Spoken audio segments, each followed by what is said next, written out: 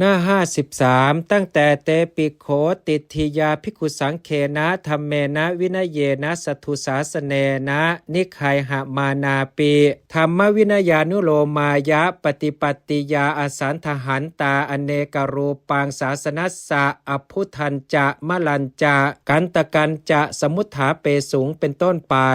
พวกเดรัจฉีแม้เหล่านั้นแลถึงถูกภิกษุสงฆ์ปราบปรามโดยธรรมโดยวินัยโดยสัตตุศาสตร์ก็ไม่ยอมตั้งอยู่ในข้อปฏิบัติอันคล้อยตามพระธรรมวินัยทั้งได้ให้เสนียดจันไรมุนทินและเสี้ยนหนามตั้งขึ้นแก่พระศาสนามิใช่อย่างเดียวบางพวกบำเรอไฟบางพวกย่างตนให้ร้อนอยู่ในเครื่องอบตน5อย่างบางพวกประพฤติหมุนไปตามพระอาทิตย์บางพวกก็ยืนยันพูดว่าพวกเราจะทำลายพระธรรมวินัยของพวกท่านดังนี้คราวนั้นภิกษุสงฆ์ไม่ได้ทำอุโบสถหรือปวารณาร่วมกับเดรัจฉีเหล่านั้นเลยในวัดอโศการามอุโบสถขาดไปถึง7 ปี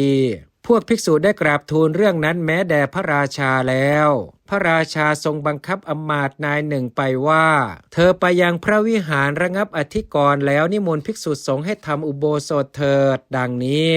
อำมาตย์ไม่อาจจะทูลย้อนถามพระราชาได้จึงเข้าไปหาอำมาตย์พวกอื่นแล้วกล่าวว่าพระราชาทรงสั่งข้าพเจ้าไปว่าเธอจงไปพระวิหารระงับอธิกรณ์แล้วทำอุโบสถเถิดดังนี้อธิกรณ์จะระงับได้อย่างไรหนออำมาตย์เหล่านั้นพูดว่าพวกข้าพเจ้ากำหนดหมายได้ด้วยอุบายอย่างนี้ว่าพวกราชบุรุษเมื่อจะปราบปัจจันตชนบทให้ราบคาบก็ต้องฆ่าพวกโจรชื่อฉันใดภิกษุเหล่าใดไม่ทำอุโบสถพระราชาจักมีพระราชประสงค์ให้ฆ่าภิกษุเหล่านั้นเสียฉันนั้นเหมือนกัน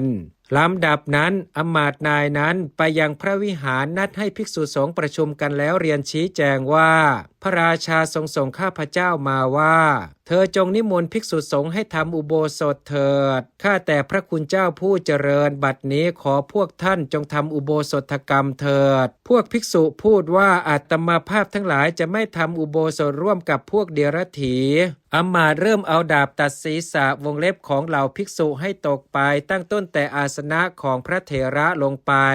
ท่านพระติสสะเถระได้เห็นอมาตย์นั้นผู้ปฏิบัติผิดอย่างนั้นแลขึ้นชื่อว่าพระติสสะเถระไม่ใช่คนธรรมดาสามัญ